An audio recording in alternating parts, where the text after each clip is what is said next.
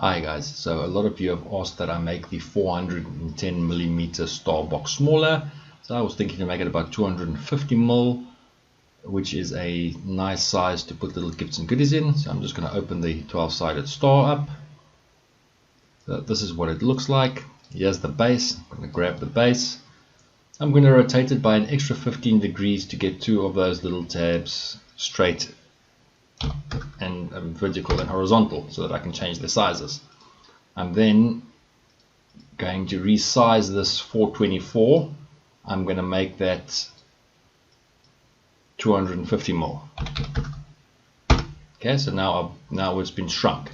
The problem is that all these little tabs are now tiny as well. So if I break this curve apart, you'll see that these tabs are 1.56mm big. So I'm going to delete all of them because they're all wrong except for two of them, and I'm going to change these sizes back to make them 3mm. So I'm going to change my origin to the bottom center, change that to 3mm, didn't take it, change it to 3mm, and I'm going to change my origin here to the right center, and I'm going to make that 3mm as well. You can now see that this edge is very close to these tabs, about 0.5 millimeter. So I need to do a contour on this for an extra 2.5 millimeters. So put 2.5 into my contour, I let it go, and I can then break my contour group apart. Break contour group apart and delete the inside one. Now I need to get these little tabs on 11 other places because it's a 12-sided star, so it needs to go in 11 other places. So in 360 degrees, 12 parts gives you 30 degrees and 11 parts. So we can go to the transformation, we can go over here to our rotate, we can put in our 30 degrees, and then we can change our center point and put in 11 copies and then apply.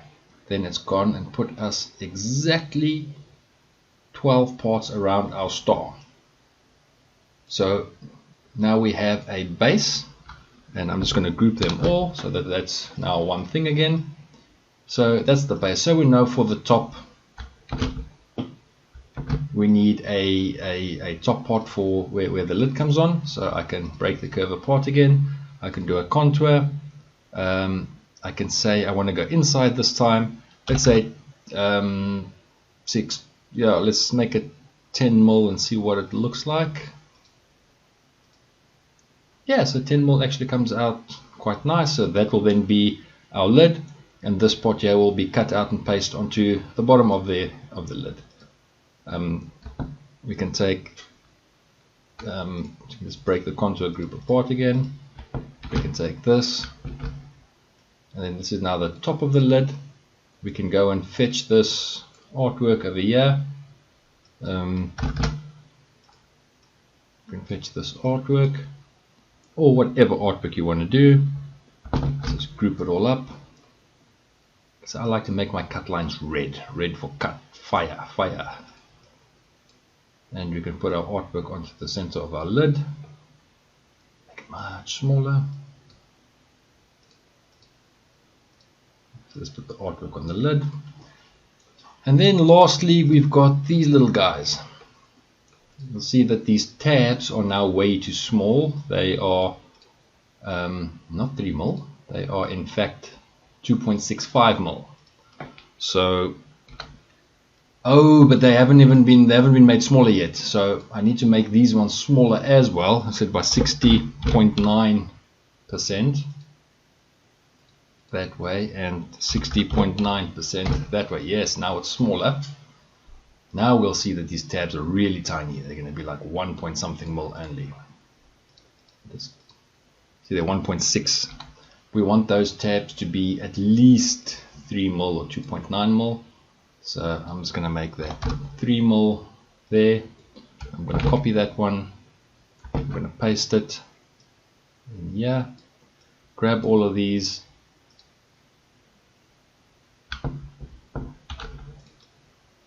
grab all of these and do a weld. There, I've got my pieces. Now I need 24 of them because each 12-sided piece has two, one on each side. So for that I can go to my step and repeat. I can say I want now on my horizontal I want the space between the objects. I like 2 mil because then the laser doesn't interfere with each other. So I want to go 5 copies to the right, because that will be plus the current one is going to give me 6 pieces. So there I've got 6 pieces. I then want to have no offset on the horizontal, but I want to offset on the vertical. Space between objects 2. So if I've got 6 across, I need 4 down. 6 times 4 is 24.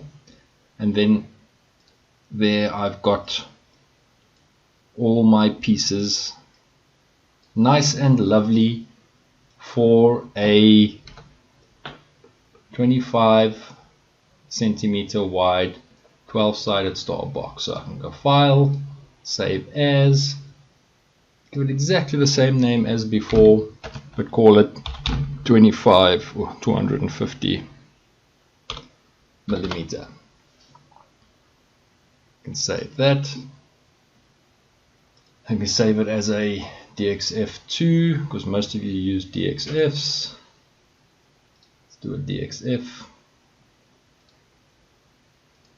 And I also know a lot of you are using AIs.